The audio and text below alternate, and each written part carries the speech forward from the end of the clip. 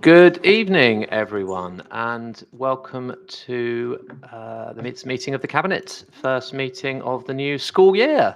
Thought that's having come back from holiday. I thought it's worth acknowledging that school's going back this week. Thank you for those people in the audience here with us. Thank you, anyone who is watching online. I hope you find this informative and interesting about the workings of the Council and the decisions that we're making this evening.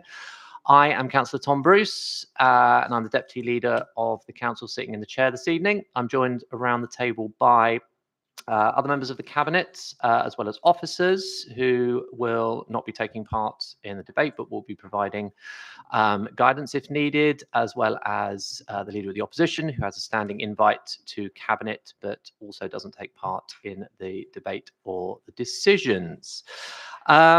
The members of the Cabinet who speak on various items they'll be introducing or speaking on other people's reports will introduce themselves as we go through this evening. We've got a few to get through, and I hope some lively debate as well.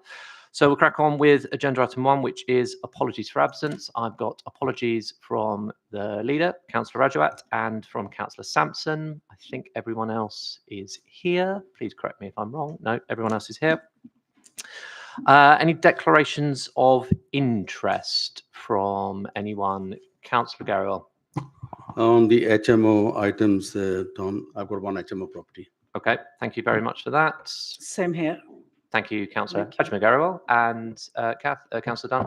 I don't own an HMO, but I do live underneath an illegal HMO, which I have reported, and action is being taken.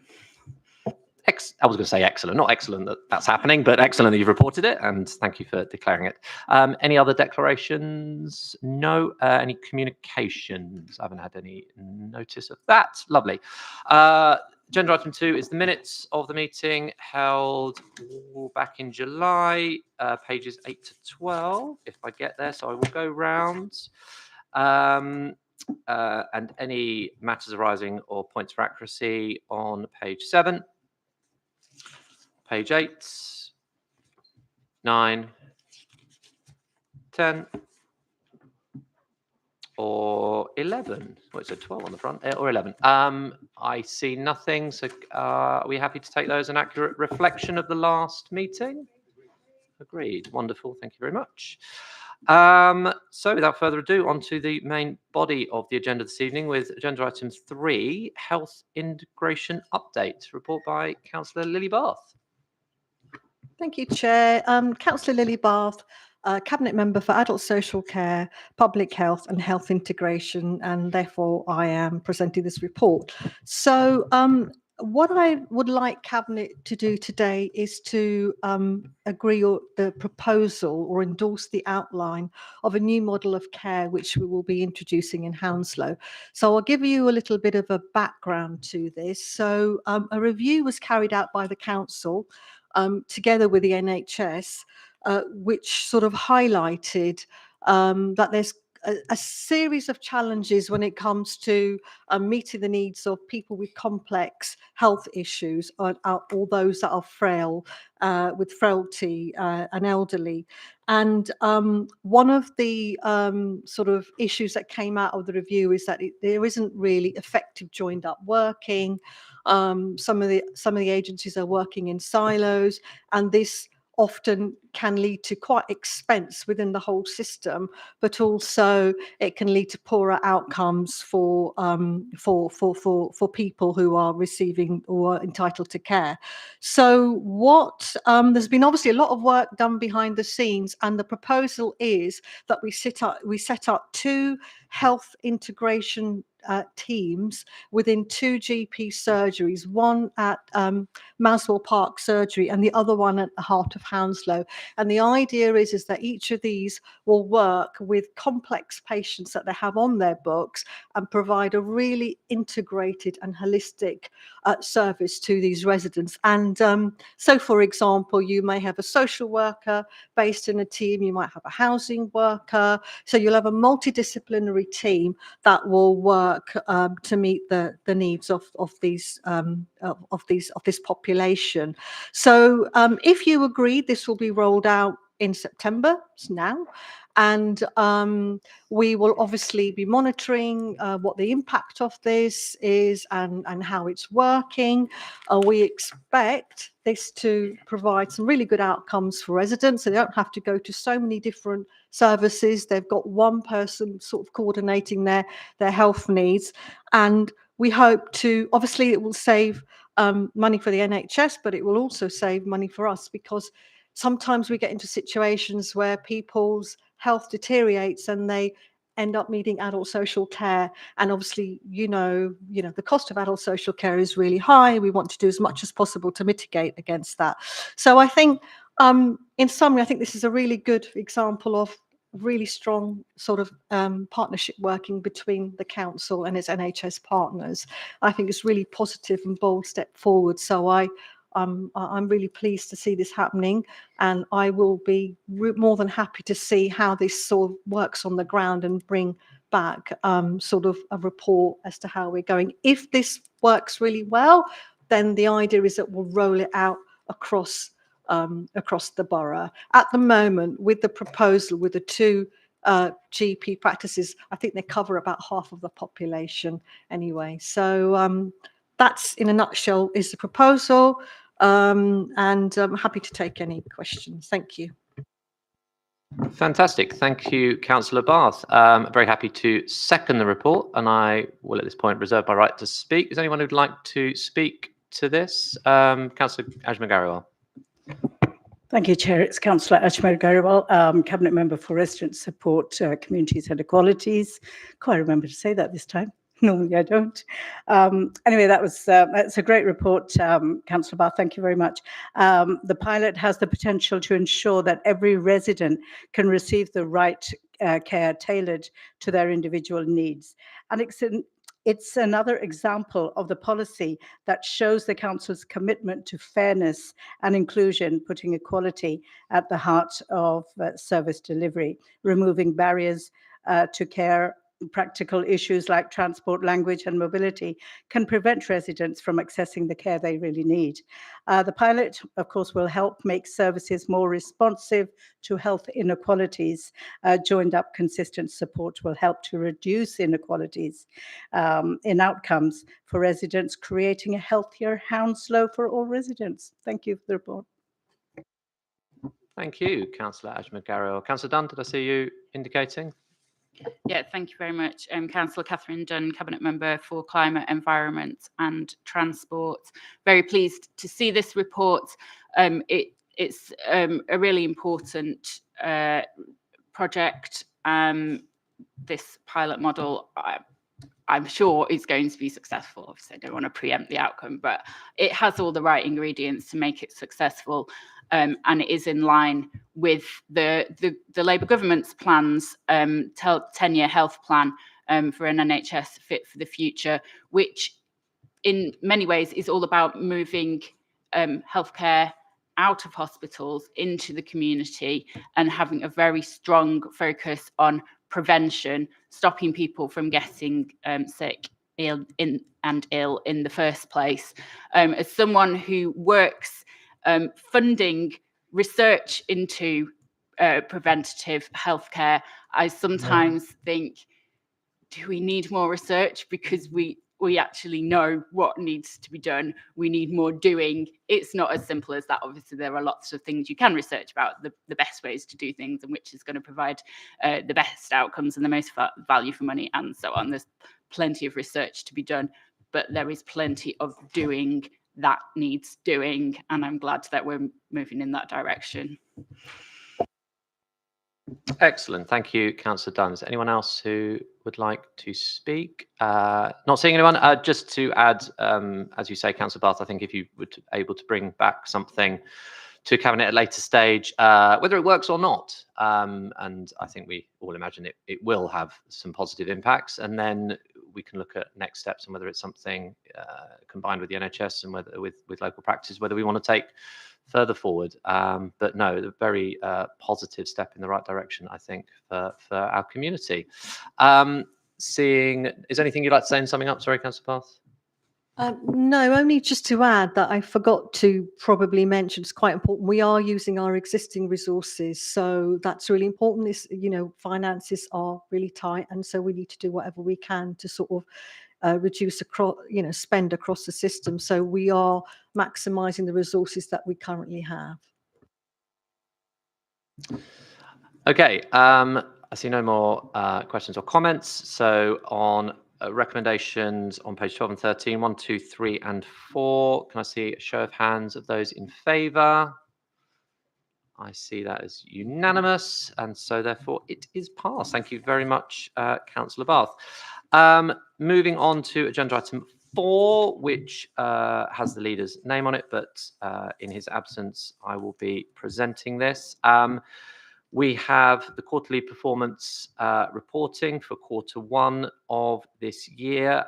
This links to our corporate plan, Ambitious for Hounslow, which fantastically is also the name of the 2022 Labour manifesto, which obviously has some direct links into what we're trying to achieve as an administration, both in the sense of the politics that we want to convey, but also the operational sense on the ground, which is what this outlines. And it covers all of the activity that goes on in the council and talks about where we're doing really well, where we might need to make some changes, or where some things have slipped. And we acknowledge those things. We don't hide those. We make sure that we make it clear and transparent, and so everyone's aware, and that we, if need to, do something about it.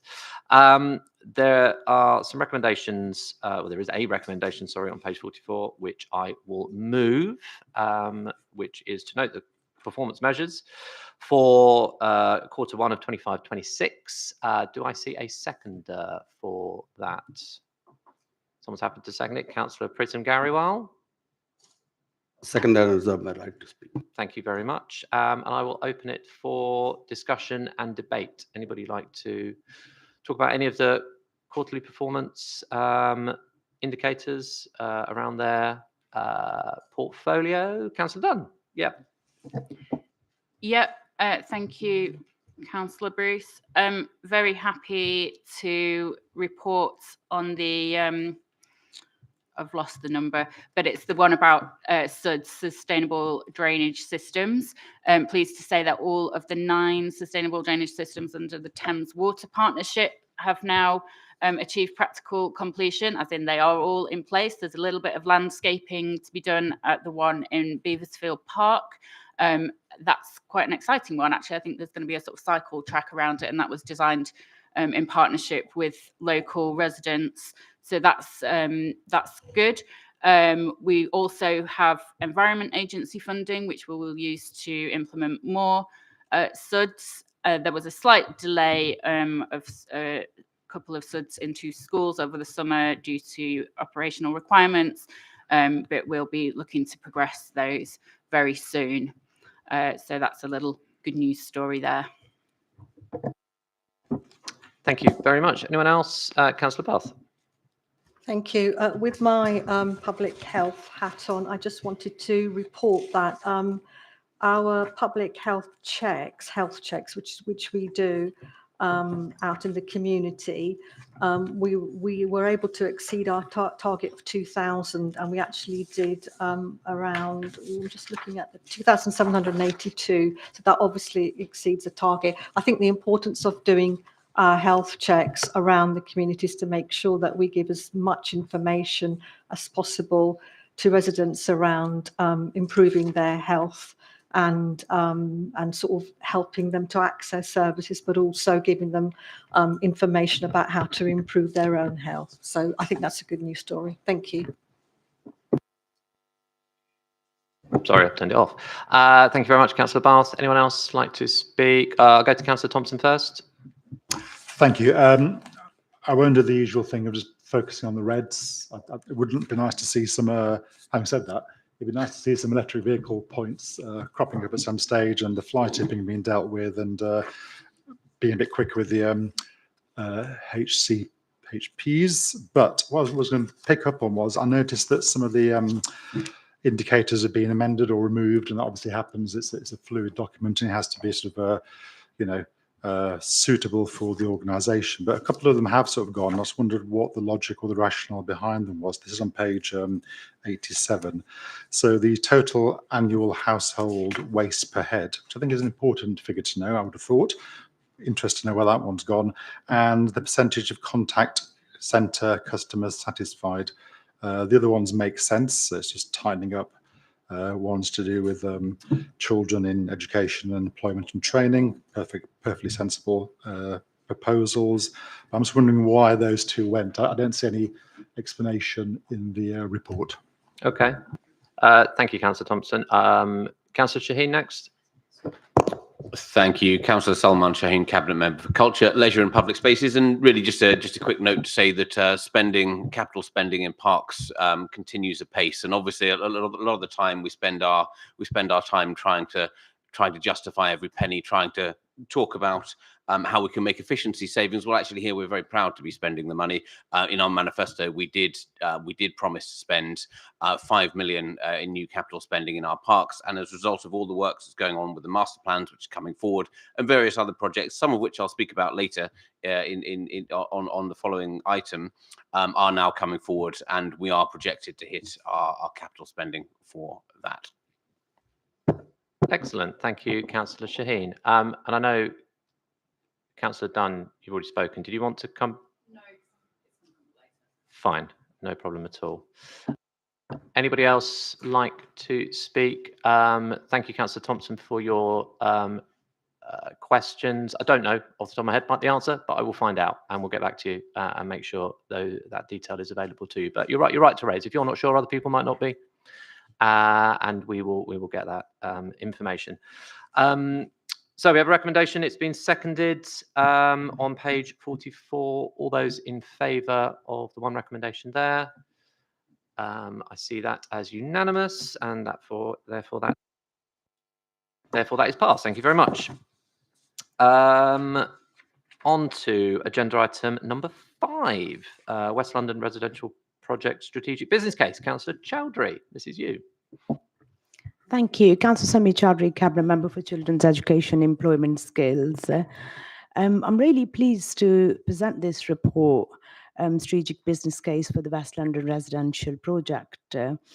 This initiative represents a bold and compassionate step forward in how we care for some of our most vulnerable young residents by establishing a 6-bed residential home right here in Hounslow. And we are not only responding to the rising demand, we are investing in a better outcomes.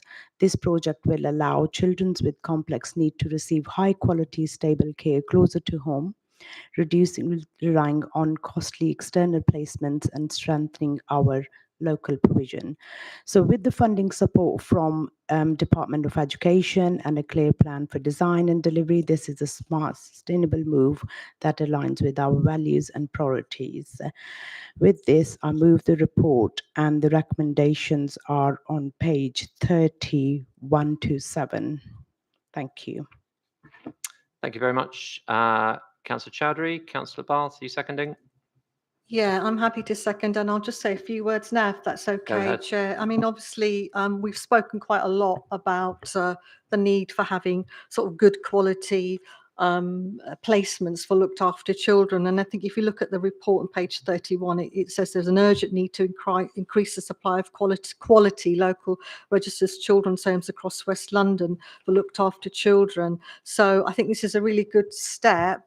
I think we've always talked about the cost of placement, so hopefully this will help us to reduce the spend for looked after children. But not only that, most importantly, making sure that they've got placements that are closer to home and suitable to their needs. So a really good step forward. We look forward to this opening. Thank you. Thank you, Councillor Bath. Any more comments, or Councillor Thompson? Yeah, just to fully support the proposal, the recommendations, and the concept behind it. How long have we spent discussing this issue and the ridiculous cost it puts on us? But more than that, the impact on the children who are sort of shipped off all over the place. It's not sustainable. And this is should have happened years ago, shouldn't it? So I'm delighted that's happening. I know, having looked into this a little bit, there's a massive issue, isn't there, within the sector in terms of getting good children's home managers. The staffing is an issue. It mentions it in the report. We don't want to have an expensive state-of-the-art building and don't have a good team. So I noticed that you can start recruiting early. That's great. I just wondered, maybe again, it might be a note to pass on to me. Do we have sort of a plan B? Are there ways to upskill existing folks? You know, we've got quite a time frame here to build into this. So if people aren't out there, don't want to work for us, don't want to work in this part of London, whatever, or we don't think they're suitable, is there a way to sort of, you know, from within our own resources, get folks to the place they need to be so they can step up in whenever it is, a year, 2 years time, when this place is built? Thank you very much. I think it's a very valid comment and question. We are fully prepared for the recruitment. I've had spoken to Stephen and the team, and I know it's not the easy one, but it will be all okay. But thank you. Yeah, you're quite right to raise it, Councillor Thompson. Recruitment across children's services, social care is tricky. There's no denying it. But you know, it's why we're starting earlier. It's why we're, you know, doing what we can initially, and absolutely we pride ourselves across Hounslow in growing our own and making sure people are ready to step up. Happens across all departments, and children's services and social care, not the least for that. So you know, an important thing to happen. I'd just like to echo the comments that have been made. I think this is a really important step, and I'm glad we're taking that right now. Well, hopefully, assuming everybody approves it. Councillor Chowdhury, would you like to sum up? Is anything you'd like to say? Yeah, thank you so much. I think I'll be really looking forward to this project progressing and the positive impact it will have on young people's life across the borough. And I would like to thank all our asset team and the Children's Services for their all hard work. Thank you. Fantastic. So recommendations 1 to 7 on page 69 have been moved and seconded. Do I see those in favour? That is again unanimous, and so therefore they have been approved. Thank you.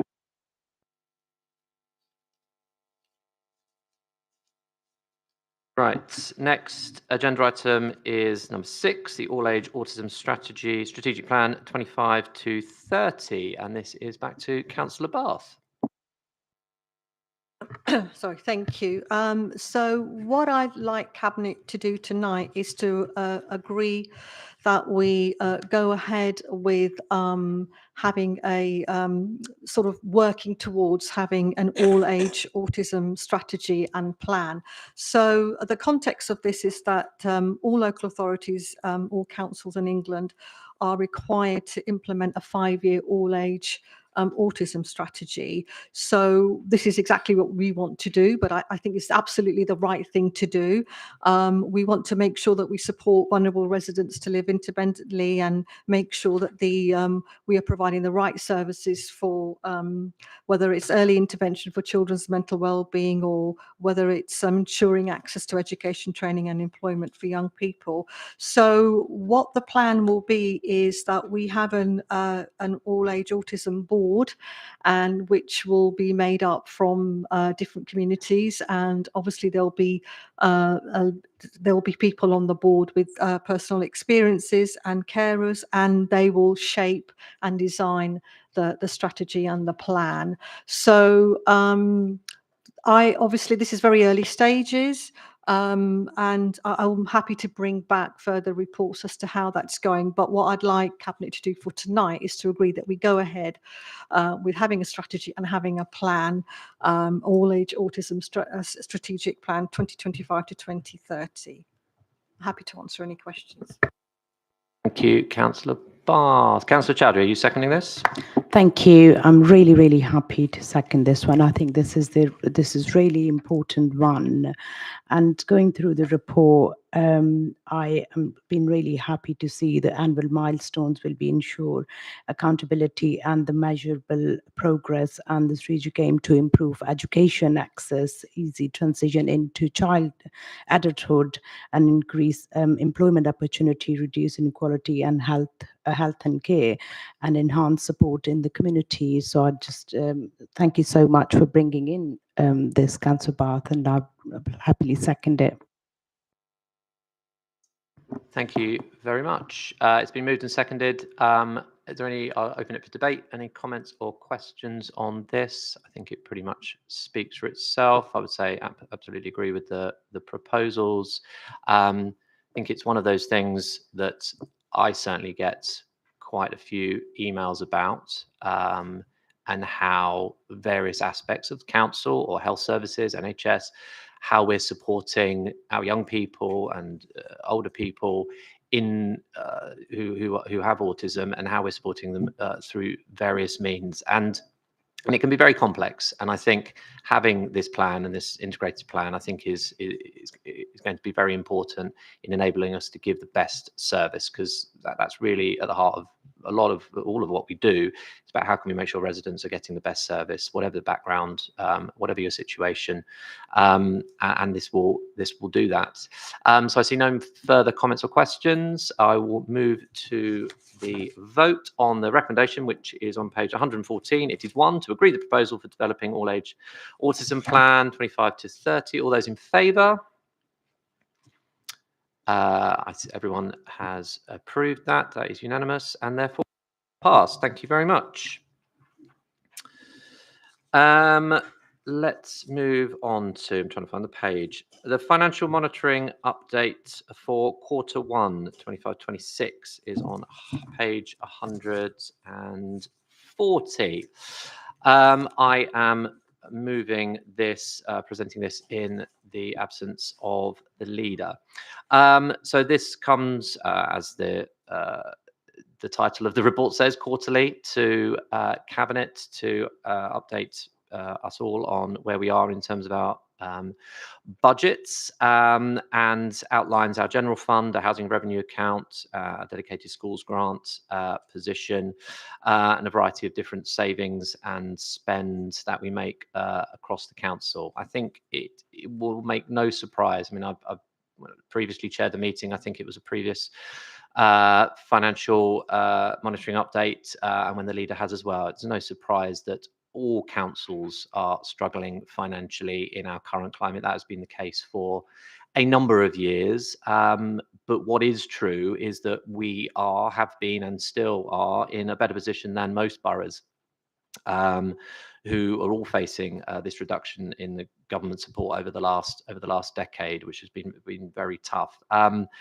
But as the previous report shows, and all the reports that have come through previously, whatever we do, however we spend our money, we do it with the residents in mind. We do it in order to make services better. In order to do it to make people's lives as good as they can be, and that can be challenging, and that does cause overspend in some areas, and that does cause pressures in other areas. It means, because of the economic situation, that we have to save in certain areas, but we do it only where we have to, not because we want to, and we want to make sure that we spend the money that we do have in the right areas.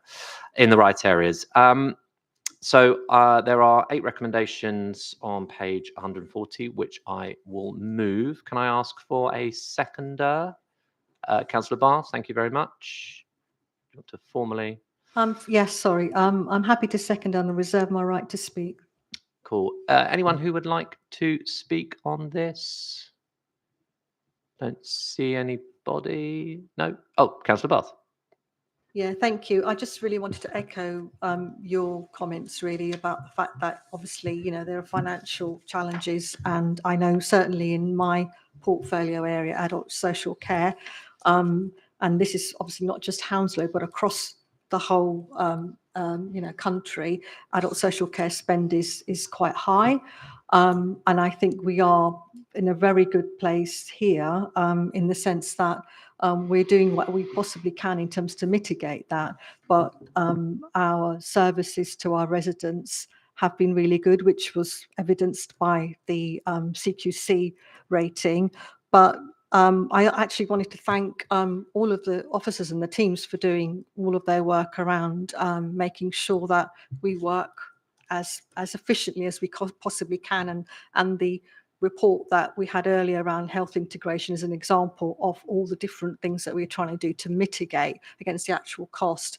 So I think it's, it's just important to recognise, and I'm forever grateful. I know I've got an area which spends a lot, but obviously, they're not spending because they're being inefficient. They're spending because they have statutory duties.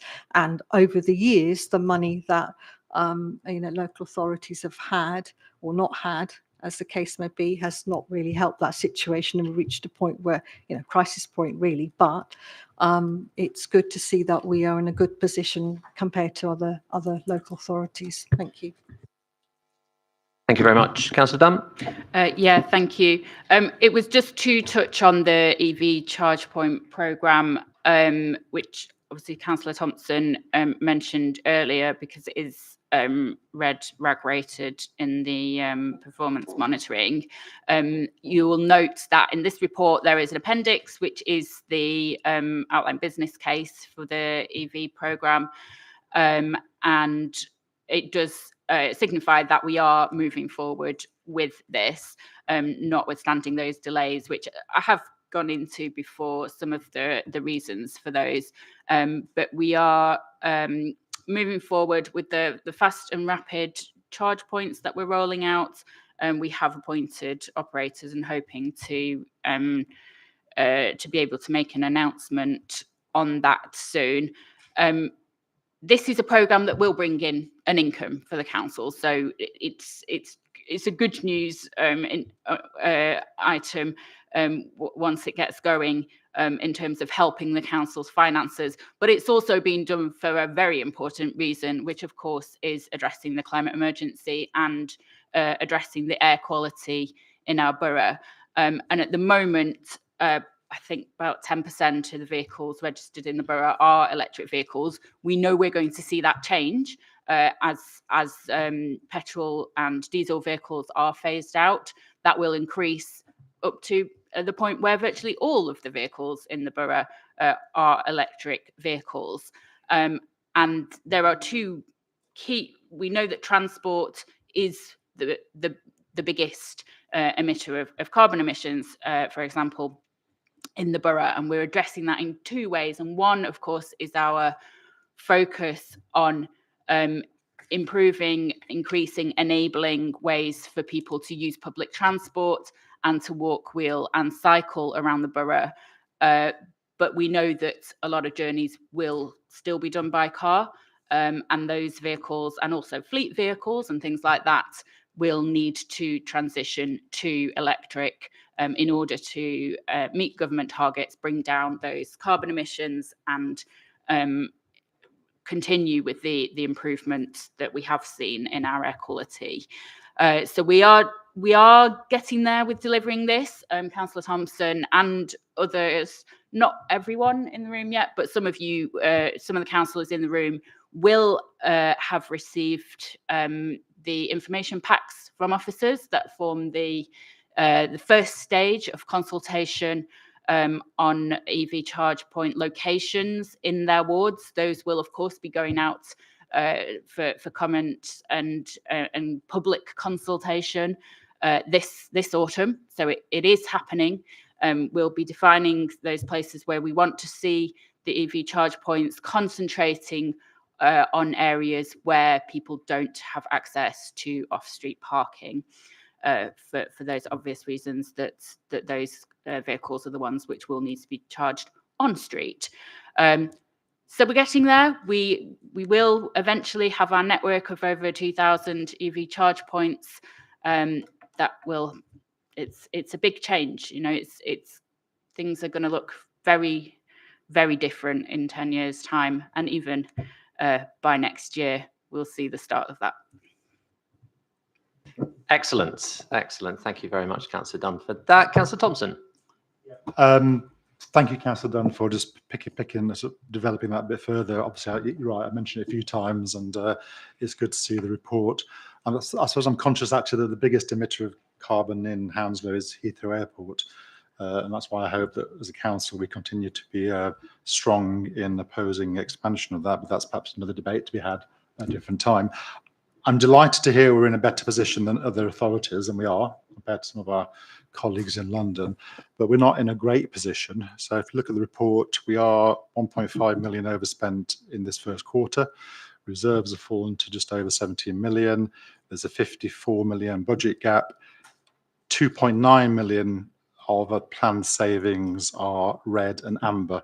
So I suppose the question, I'm not saying there's complacency here, because I've certainly heard from yourself and the leader of the council, and the chief officer, a real determination to do what we can and work through the budget line by line. But because I suppose the national climate is that more and more councils are, finding themselves in that sort of section 114, is it? Yeah, 114 sort of a crisis. I just want, I suppose, there's a question somewhere, and there's all this. I just want reassurance that you're sort of quietly confident, without being complacent, that although it's tough, we're not going to be end up in the mess that some of our local authorities that aren't too far away from us seem to be finding themselves in, and actually a mess that might be exasperated by some of the funding changes that seem to be in the pipeline. Yeah. No, I think that's a fair comments and fair challenge. I'm trying to think the right way to answer this. Yes, I am. Yes, I am fairly confident and quietly confident, as is the leader, and as has been expressed to us by Jake Bacchus, that we will not find ourselves in that position. Clearly, we cannot be complacent, because then we will. And if we just, think that, oh, it's all going to be fine and we'll carry on, it will be a problem. But what this shows is, yeah, there is some overspend, but there is some underspend elsewhere. There is a plan to deal with it. We continue to have a plan year on year about how we make savings. Some savings are not achievable, and we recognize that. The majority, as shown in here, are achievable and are being achieved, or have already been achieved, in fact. So, it absolutely isn't complacency. And it is making sure that we bear down on all the costs. And as I've said already, and say before, it's about spending the money that we do have in the right possible way in order that that benefits the residents. We have to balance that up with balancing the books as well. And that's not always easy. We don't always agree politically about how we do that. And people across the borough perhaps might not always agree, but that's the aim, and that's what we're here to do, both serving the residents and making sure that we don't go bankrupt. Thank you, Councillor Thompson. I see no more indications to speak. Therefore, I move the recommendations on page 140, 1 to 8. All those in favour, please raise your hands. Thank you very much. I see unanimous. Therefore, that is passed. It's more of me, I'm afraid, speaking. I'll try and limit it. Agenda item 8, Treasury Management Report. Just checking, that's where we are, isn't it? Yes, Treasury Management Report. So Cabinet is asked to note the contents of the Treasury Management Report and its appendices, and note the actual performance in 24-25 against prudential Treasury indicators as set out. It will, agreeing this will mean that we will take this through Borough Council. I'm searching for the date, on the 16th, is that right? 16th of September this month. Some of the key points here, a debt position, external debt rose from 548 million to about 600 million. Internal borrowing for the HRA reduced from about 100 to 87 million. Total investments increased.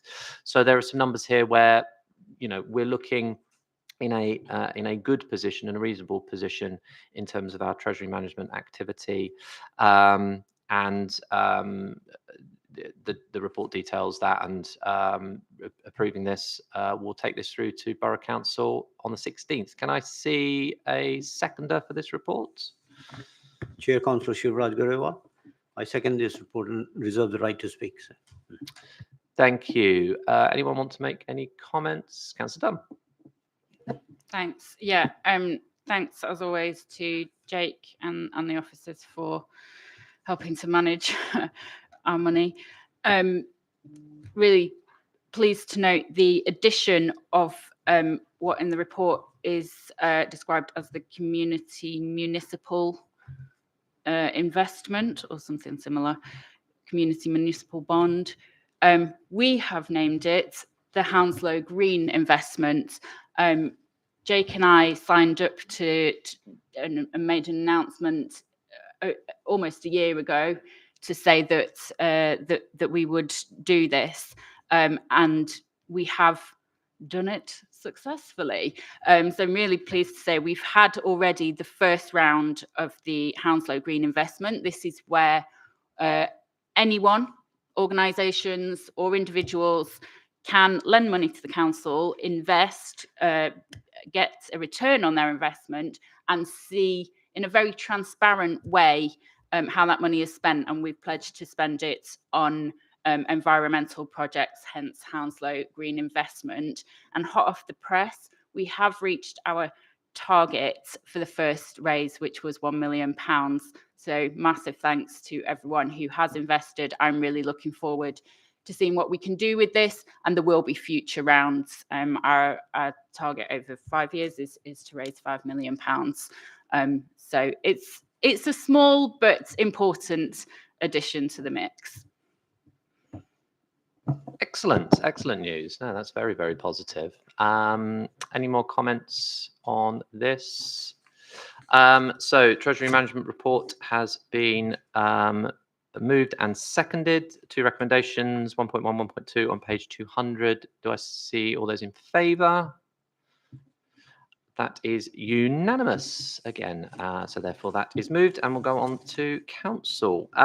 We move on to agenda item 9, delivery monitoring plan. Again, this is in the lead's name, but I will be moving this.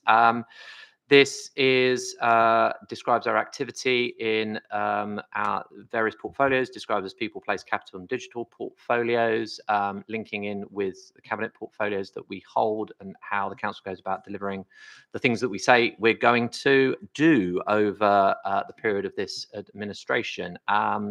Does anybody, I'm going to move the recommendations, which are to note the progress in each of the portfolios. Would anybody be able to second this report? Councillor Garriwal? I second this report, and I would like to say a few words Carry on. on basis on my portfolio. My name is Councillor Shivraj Garriwal. I'm cabinet member for infrastructure, recycling and transformation.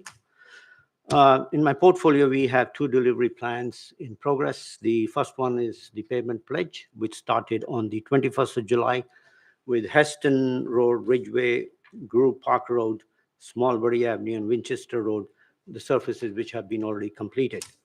21 roads are to be completed by March 2026.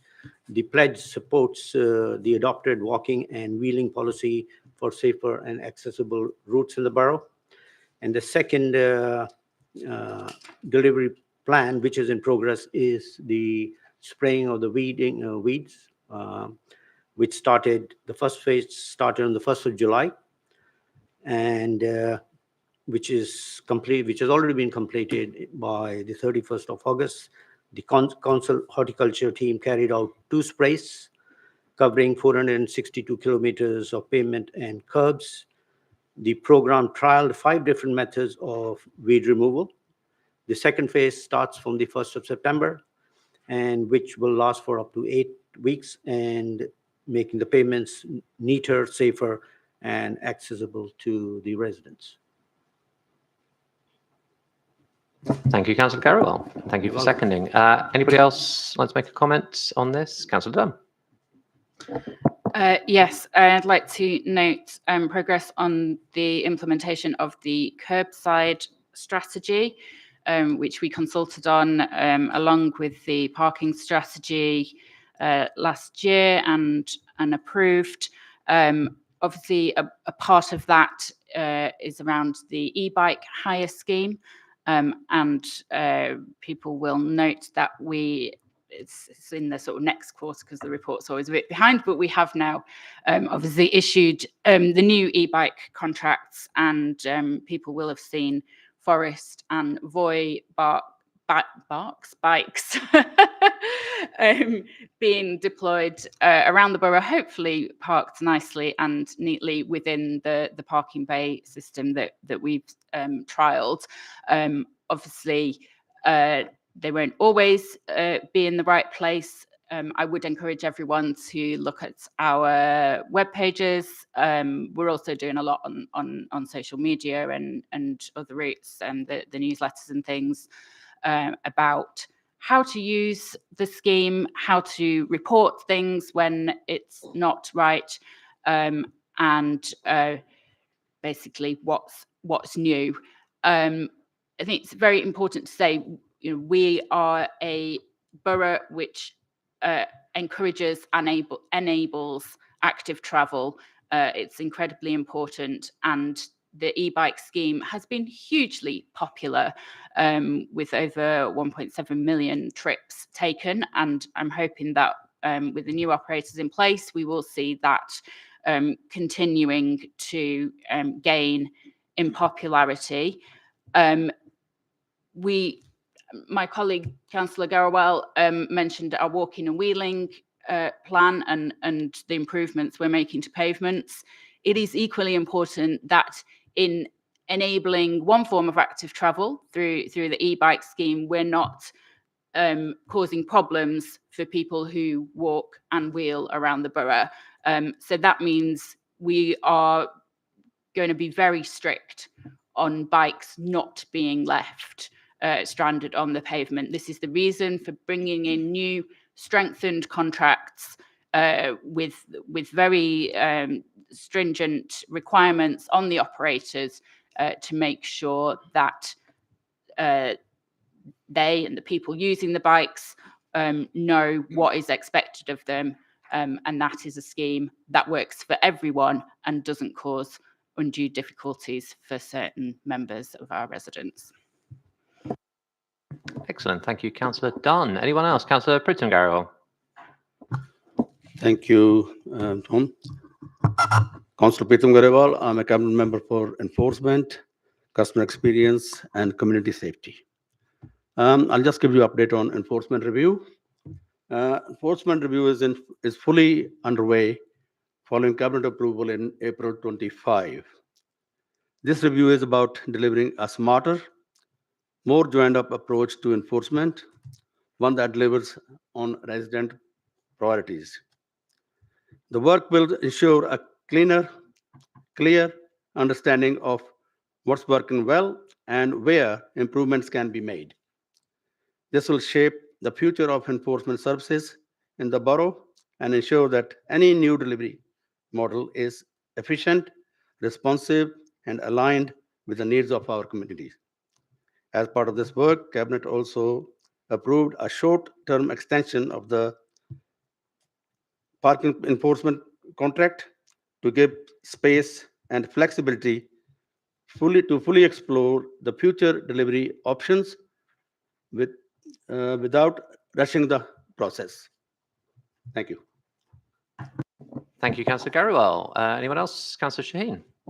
Thank you very, very much. Earlier on, I talked about the £5 million that we were investing in our parks and how I was very pleased that we were on course to hit that target by the end of this administration. This report goes into quite a bit more detail on what we're actually spending it on and how we've delivered against that. There's far too much to mention in there, but just a few little highlights. For example, the improvements to the playground in Avenue Park. Also, a beautiful new boardwalk at Donkey Wood. I was there opening it, and it was absolutely fantastic. I know you were there yourself, Councillor Bruce, with your family only the other day, and it really is beautiful down there. Across the borough, we're working on our parks master plans to bring widespread improvements in our parks. There's been plenty of resident and community group outreach over that, and now we're really coming forward with that. The latest in line being the Hounslow Heath master plan that we've just been coming forward with the design for that. We've seen new branding and signage across 121 parks and green spaces across the borough. Beautiful new signs, really showcasing the green spaces that we have on our doorstep, as well as the environmental improvement projects we've seen at Boston Manor Park and Sutton Playing Fields, and £400,000 of improvements which are currently underway at Duke's Meadows. So it's just a little flavour of what we're doing with our green spaces, but it is indicative. We've seen only recently that Hounslow has been awarded 20 green flags and is once again one of the highest performing boroughs in terms of the green flags awarded to it across all of London. So and that's because we spend money on our parks. That's because we make these pledges to make improvements for our communities, for our green spaces, and we deliver against that, and I'm very proud of that. Fantastic. Thank you very much, Councillor Shaheen. Councillor Ajmer-Ghariwal. Thank you, Chair. I'd quickly like to update on a couple of items which have been delivered. The TCF, the Thriving Communities Fund, funded the projects that have met their agreed outcomes by 100%. 18 end of grant reports were received in Q1, 14 small grants, 1 capital and 3 revenue. Midway reports were received from 17 revenue and 5 capital projects, and all delivered or are on track to deliver their agreed outcomes. The fund is a great example of how we are supporting residents and communities, with it benefiting 4,180 residents from 21 small grant funded projects and 1,920 from 4 capital projects. We provide grants to support charities, voluntary and community groups, and places of worship in Hounslow to help deliver the council's borough-wide approach to encouraging social action and enabling civil society to create a thriving Hounslow. This is a very important initiative as it brings communities together and improves their health and well-being. And the second one I wanted to bring to your notice and update you is domestic and sexual abuse survivors who feel very safe following the offer of our specialist help. I'm pleased to say that all the feedback forms we've had from them show 100% satisfaction in that. And the forms, of course, that return found domestic and sexual abuse survivors feel safe following the offer of specialist help. So I think this will help lots and lots of people, and this is also great because it covers the larger pool of domestic and sexual abuse survivors. We've seen an increase in the collection of feedback forms, rising by 39.68% in Q1 2025-26 in comparison to just 99 forms in 24 and 25. So supporting women affected by violence is crucial because it ensures safety and well-being, empowers survivors to regain control over their lives, break the cycle of violence, promotes justice, and delivers improved health outcomes. Our support for women not only helps their recovery, but also helps to create a safer, healthier, and more equitable Hounslow. Thank you. Thank you, Councillor Ghariwal. Anyone else? Councillor Bath? Yes. Thank you. I wasn't going to say anything, but I ought to because Go I know ahead. adult social care is a high spend area. So I think it's important to sort of share with you the sort of progress that we've made. As you know, we all signed off the adult social care reform programme some time back. And I'm not going to list by any means of the imagination all the stuff that we've been doing, but there are some really good positive sort of key areas that we've kind of been sort of moving forward with. And I just wanted to actually only focus on one, and that is that we've just recently launched the Shared Lives programme. And if you go on the council website, you'll be able to see more about it. And I'm happy to sort of, anybody wants to talk to me about it afterwards, I'm happy to give them more information. But this is really about, again, looking at ways of providing good quality care, but obviously be in an efficient manner as well. So that's just recently been launched, and happy to provide certain information on that. But yeah, I just wanted to let you know that we've got a whole sort of behind the scenes, we've got lots of different things that are happening and they are kind of moving forward. Thank you. Thank you, Councillor Bath. Councillor Chowdhury. Thank you so much. Just, I was not planning to speak as well, but then I thought just to say quick words on the children's model of care. The children's model of care program is progressing very well and remains firmly on track to deliver its ambitious goals, with key resources already mobilized to implement the new children's target operating model, and it's including our implementation of the Family First program. With our fostering allowance package has been launched to better support and intensive our fostering carers, alongside the appointments of a marketing agency to boost fostering recruitment, strengthening the capacity to provide safe love homes for children's. And the leadership for new residential children's home has been secured within the appointment of a dedicated group manager, ensuring strong oversight and quality care. Thank you. Thank you, Councillor Chowdhury. Councillor Thompson. As everybody else has said, I wasn't planning to speak also, but Councillor Dunn's comments about line bikes and all the rest of them are just it's not quite as positive a picture, is it, as Councillor Dunn says. She's fully aware of the fact that the very sudden, or it seemed like a very sudden decision to boot Lyme, annoying in many ways though they were, out of the borough, hasn't been universally popular. I think what Councillor Dunn and I do agree on, though, is that the situation we have now highlights the need for a pan-London approach. We have this bonkers situation now. We're very close to where I live at Kew Bridge, or just down the road at Chiswick Bridge. On the Richmond side, we have the array, like some sort of World War II, or I don't know what analogy you want to use, mass of line bikes. And on our side, we have the Voy and the other crowd, Forest.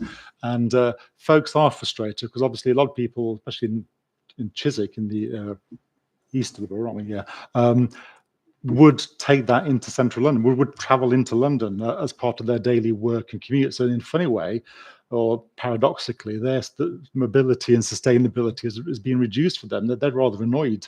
But I'm not blaming anybody. I'm perhaps just trying to, maybe, as I said before, can sort of try to get middle ground here and say we just do desperately need a cross-London approach to this, so we don't have the bonkers situation that we seem to have now.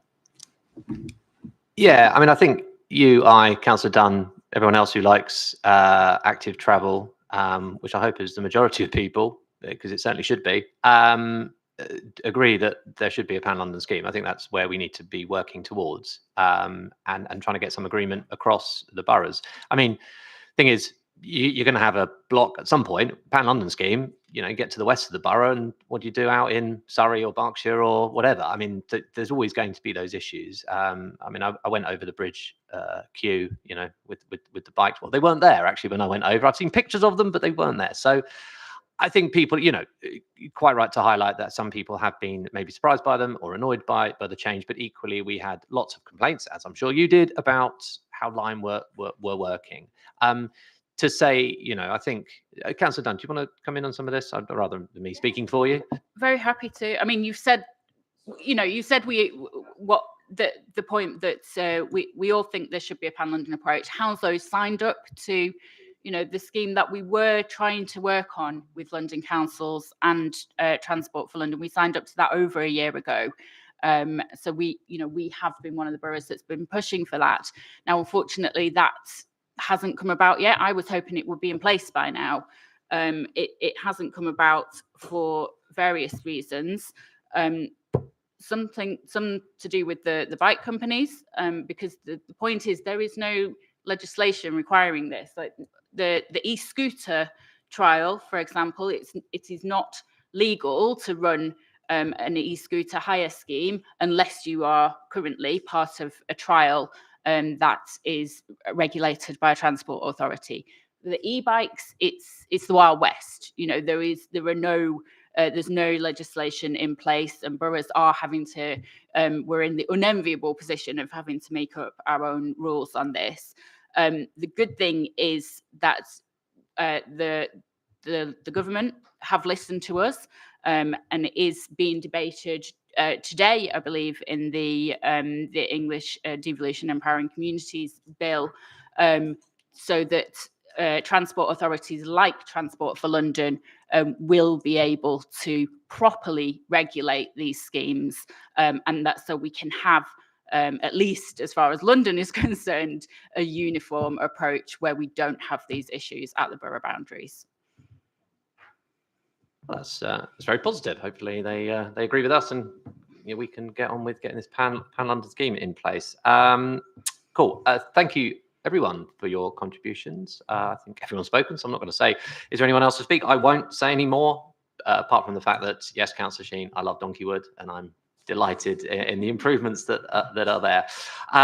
There are recommendations, well, 4 recommendations to note the progress with the People, Place, Capital digital portfolios. Do I see all those in favour, all those agreeing to note that? Thank you very much. You unanimously passed.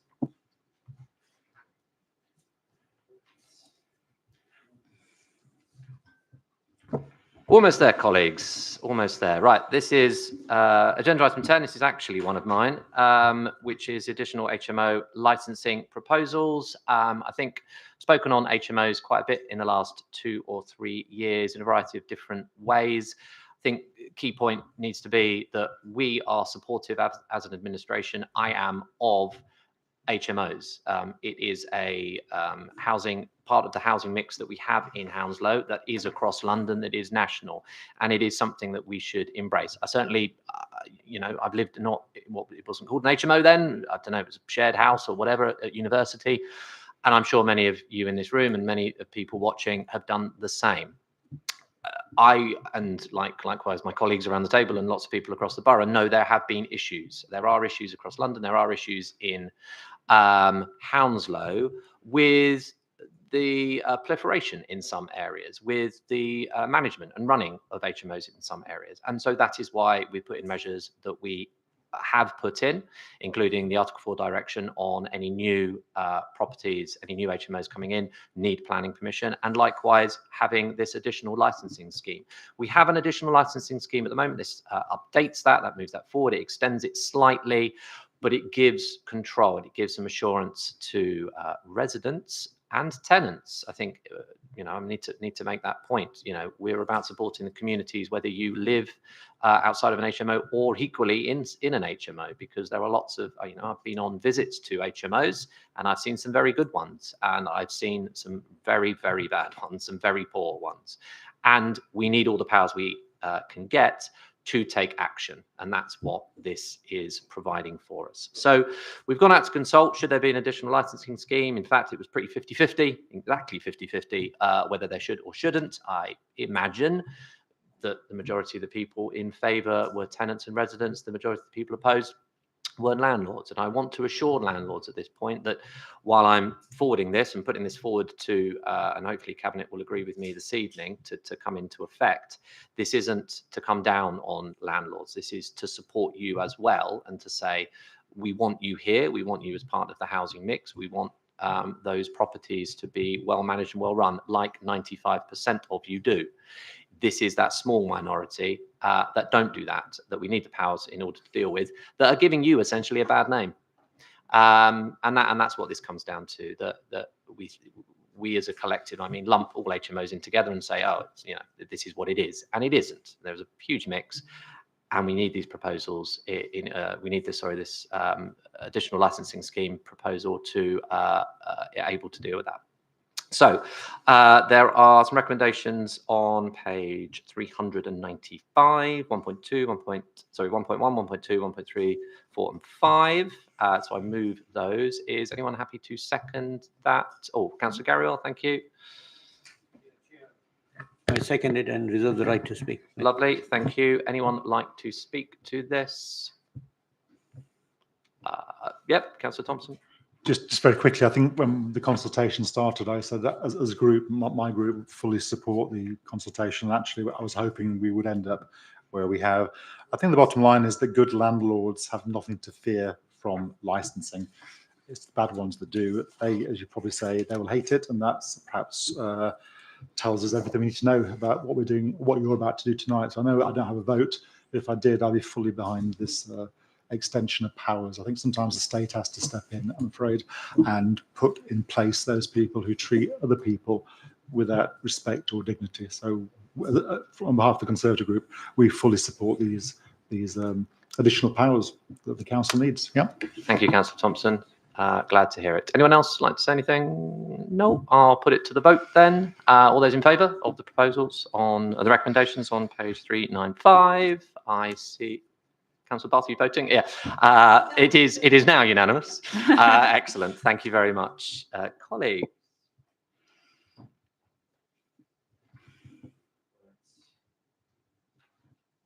Agenda item 11, which is procurement of council-wide insurance policies. I mean, essentially, we need insurance policy in place in order to protect ourselves against a variety of different situations, property, terrorism, liability, engineering inspection, to name a few, but the list goes on. And this is about recommending a procurement exercise to put that council-wide insurance policy in place. We have one in place at the moment. It runs out next year, and we need a new one. So, Cabinet, there are two recommendations, 1 and 2, on page 442, which I will move. Anybody happy to second? Councillor Garrywell? I second that and I reserve my right to speak. Thank you. Anybody like to speak to this? I think it pretty much talks for itself. All those in favour of the recommendations? That is unanimous. Thank you very much.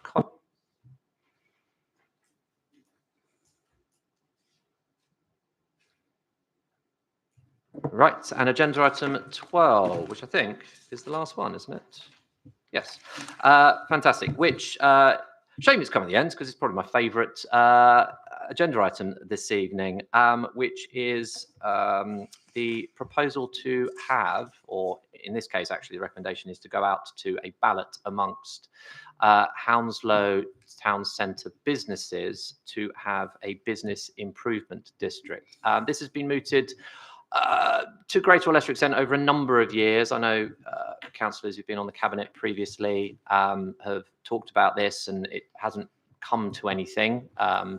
But this is being very strongly led by our regeneration team, and also the West London Chamber of Commerce, who have had a significant role in getting to this stage, which I don't think it's got to before, even getting to a ballot. Business Improvement District is where there is additional business rates put onto the property, to put onto the businesses, which don't go to the council, or the council collects them, but it goes into what those businesses want to happen in that designated area, which is shown in the report. This is something that happens across London. I've, over the years, have met a number of other groups, other councillors who have business improvement districts in their area. And not all, I have to be honest, but the vast majority say they work incredibly well and are very, very positively received by the area, the businesses, the residents and councillors for the positive improvements that they are able to make in the area. And so I think this is something I'm very keen to go out to ballot and understand exactly what our businesses feel about this.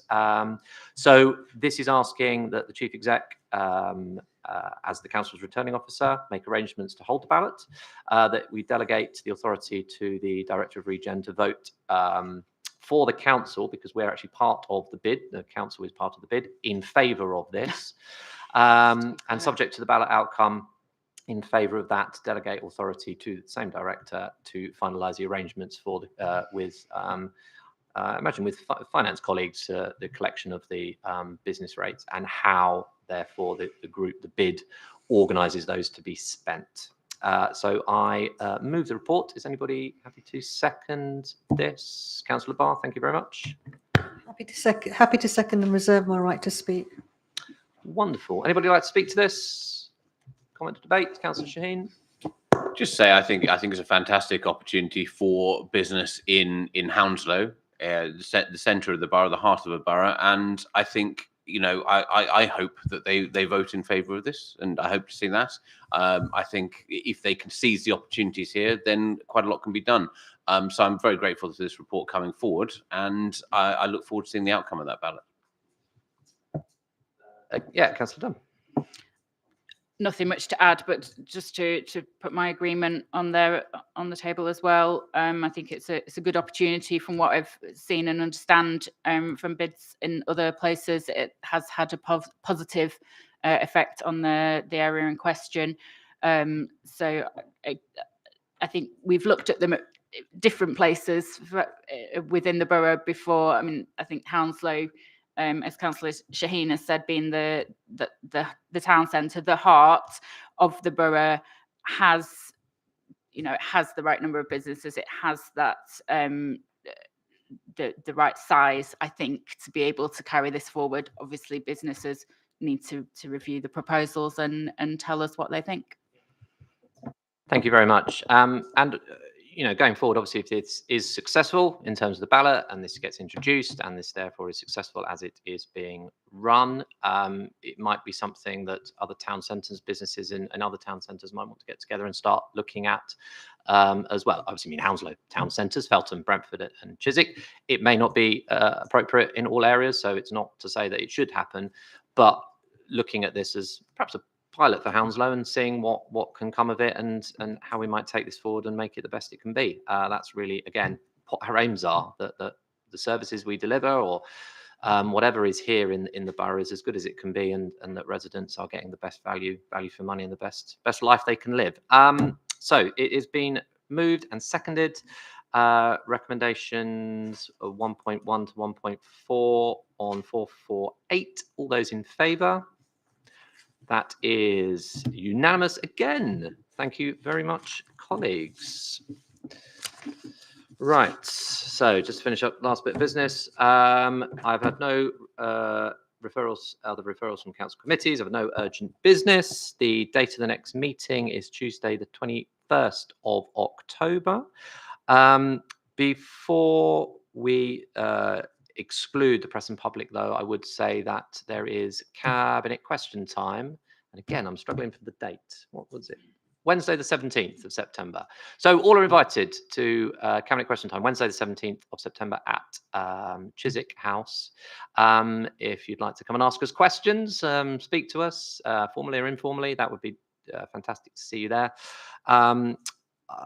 I need to move on to agenda item 16, which is exclusion of the press and public. Can I see someone moving that? Councillor Chowdhury, anyone seconding that? Councillor Garrywell. So for those leaving us online this evening, thank you very much for attending.